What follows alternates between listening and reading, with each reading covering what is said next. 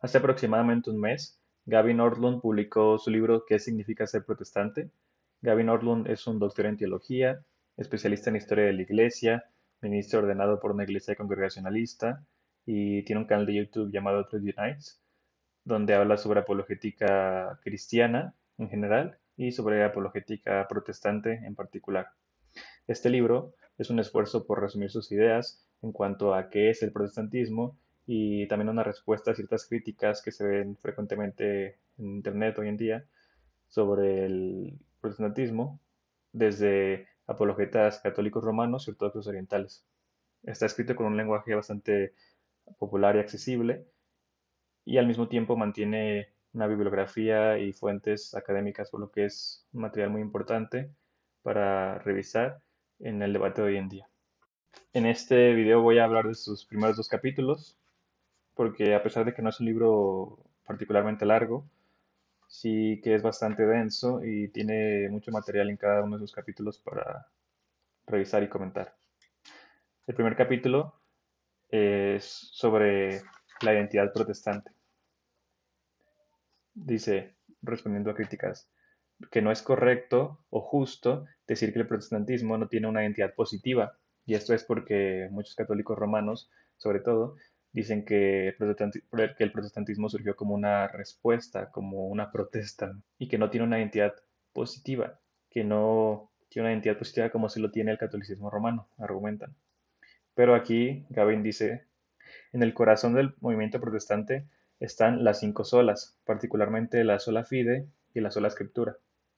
Adicionalmente, otras doctrinas, con algunas excepciones, han unido a las tradiciones históricas protestantes como la creencia en dos sacramentos, el sacerdocio de todos los creyentes, un canon del Antiguo Testamento más corto, la disciplina de la Iglesia como una marca de la Iglesia, el énfasis en la predicación, en el culto, la celebración de la Santa Cena en las dos sustancias para los laicos y la afirmación del derecho al clero para el matrimonio.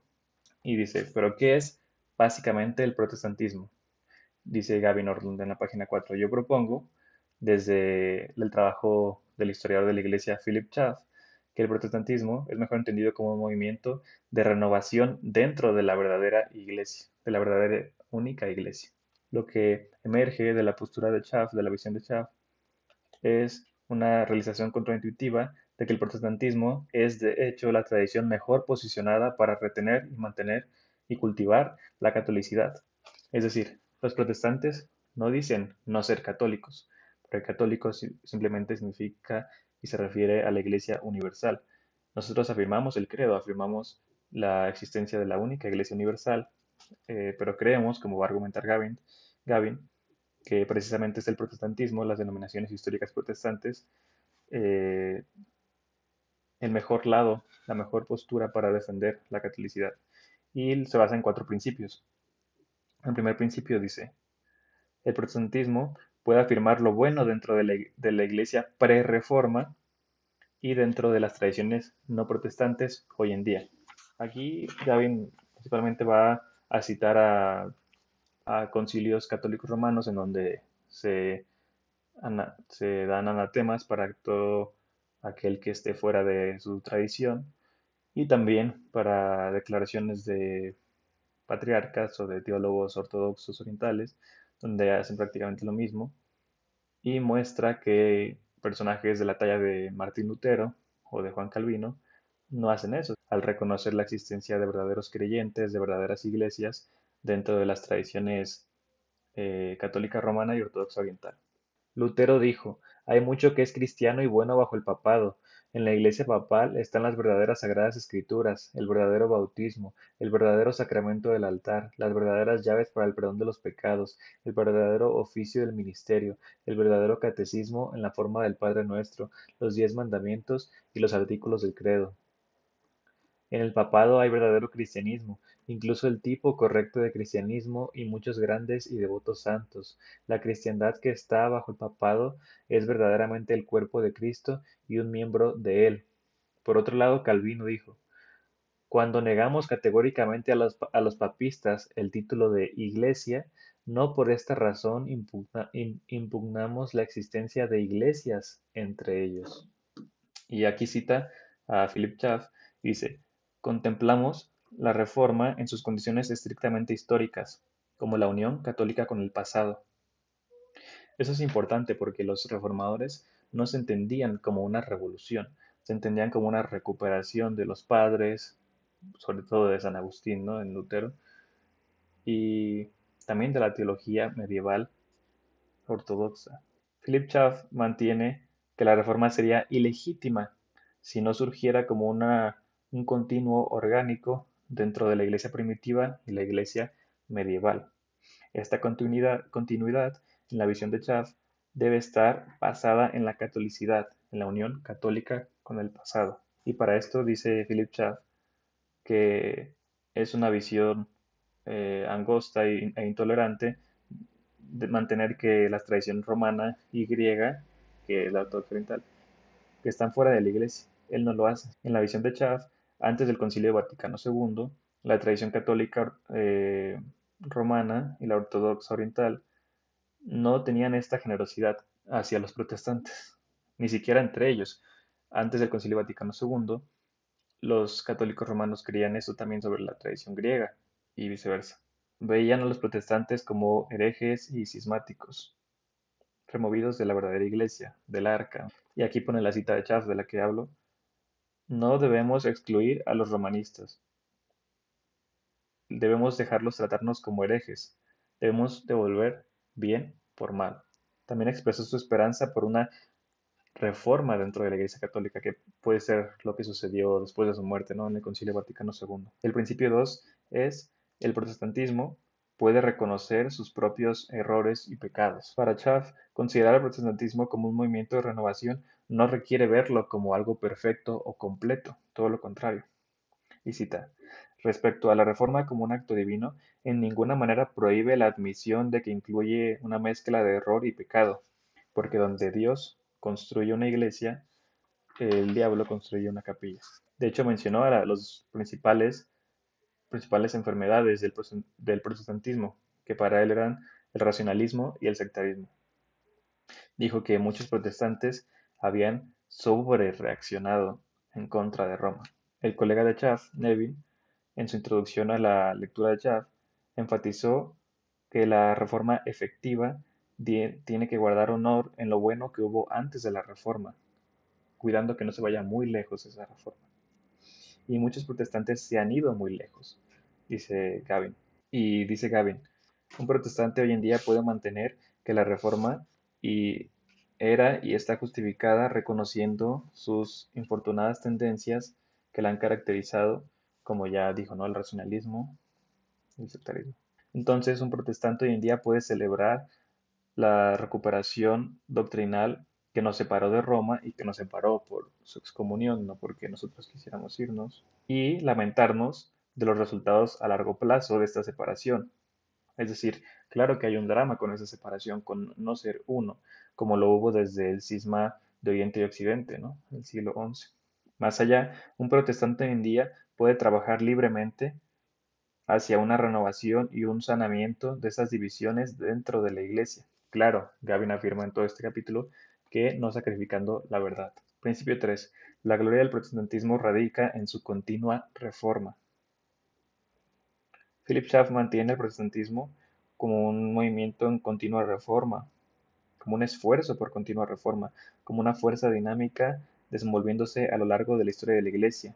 Y cita, el protestantismo es el principio de movimiento, de progreso en la historia de la Iglesia. El protestantismo no se completó en el siglo XVI, sino que continúa, esa es su naturaleza.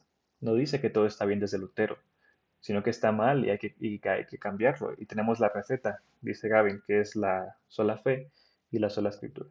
Principio 4. Los principios de la Reforma son la sola fide y la sola escritura. La identidad protestante se mantiene en dos afirmaciones: la justificación por la fe sola y la Sagrada Escritura es la única fuente infalible para la fe y la práctica de la Iglesia. Nótese que dice infalible, no dice que sea la única autoridad. El primero de esos representantes, la sola fide, es un componente material del depósito apostólico recuperado por la Reforma. Y el segundo es el principio formal por el cual nos mantenemos fieles, o por el cual nos mantenemos en ese depósito apostólico. La manera en la que yo lo pondría, dice Gavin, es que la sola fide es el qué de la reforma y la sola escritura es el cómo. Schaff llama a este principio de fe sola el principio de vida de la reforma y niega que sea nuevo a la reforma, este principio de sola fide, argumentó, sino que vino a mayor claridad dentro de la reforma. Además que la práctica de la Iglesia Católica Romana había enfatizado demasiado las obras. Habla de las creencias supersticiosas en las buenas obras y menciona, por ejemplo, el purgatorio, ¿no? Por este sistema, Schaff argumentó que era algo escandaloso lo de las indulgencias que llevó a Lutero a hacer todo lo que hizo, ¿no? Schaff argumentó también que el Concilio de Trento representa al irse de la catolicidad, al hacerse el juez arbitrario de la escritura y la tradición, la Iglesia de Roma no solo bloqueó su comunión con todas las otras tradiciones cristianas, sino que se removió la posibilidad de una reforma significativa dentro de su propia enseñanza magisterial. Es decir, el separarse tan lejos de la postura protestante, porque igual reaccionó demasiado, el separarse de esta postura protestante tan radicalmente los llevó a separarse aún más de todos los otros cristianos, ¿no? Y Gavin cierra el capítulo hablando de si la postura de Philip Schaff era en su tiempo, en el siglo XIX, siglo XX, si era única. Y dice que no era única, que claramente no era la única, había más posturas, pero sí era la más representada, no solo por él, sino por los padres, por la tradición medieval, ¿no? El capítulo 2 se llama La verdadera única iglesia.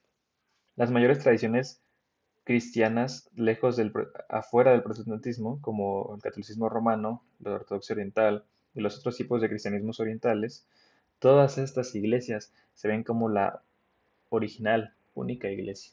Todas.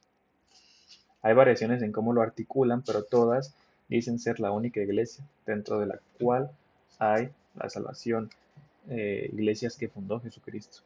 Los protestantes han distinguido entre la iglesia visible e invisible, desde San Agustín.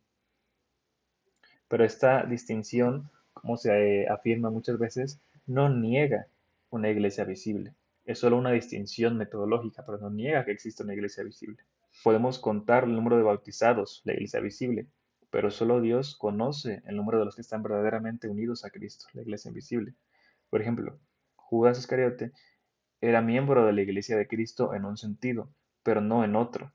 Lo que distingue a la visión protestante de la Iglesia no es una negación de la Iglesia visible, sino la afirmación de que esta Iglesia visible está presente dentro de múltiples instituciones, pero que ninguna de esas instituciones es la única verdadera iglesia. Para ponerlo de forma negativa, el protestantismo niega la afirmación de que una de estas instituciones jerárquicas constituye la única verdadera iglesia.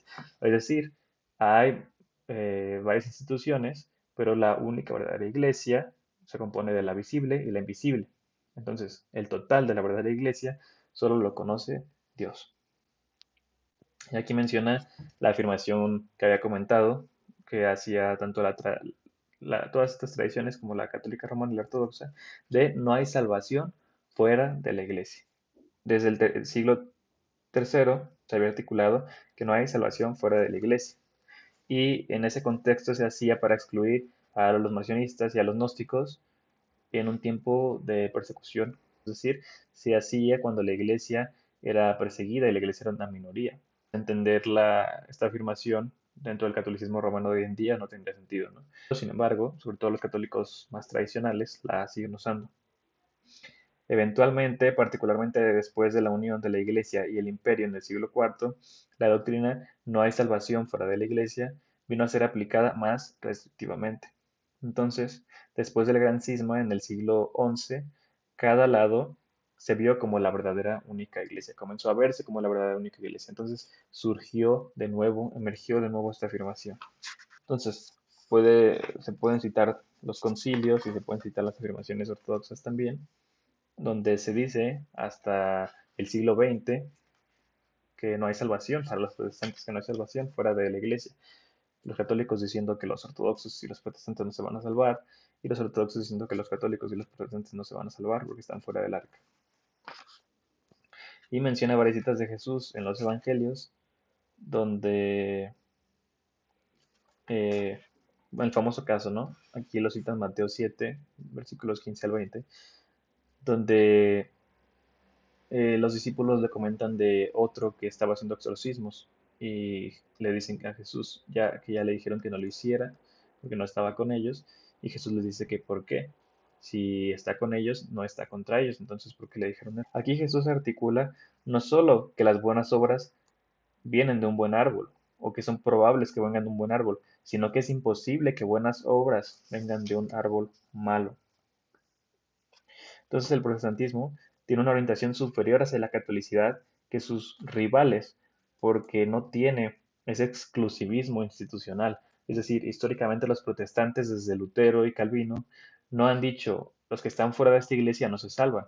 Y aquí Gavin también hace una aclaración. Dice, no significa que el protestantismo sea universalista, es decir, no significa que el protestantismo mantenga que todas las religiones llevan a Dios o que todas las religiones te salvan, sino que dentro del cristianismo, dentro de la iglesia visible e invisible, hay muchas instituciones y que dentro de estos cristianos, la iglesia, la totalidad de la iglesia solo la conoce Dios.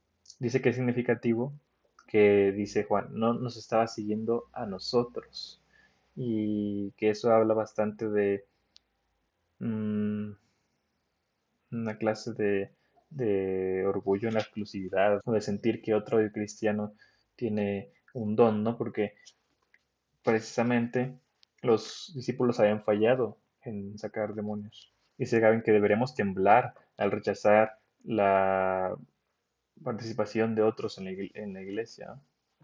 En la verdadera iglesia de Cristo. Dice, ¿no, acaso no debemos temer a blasfemar al Espíritu?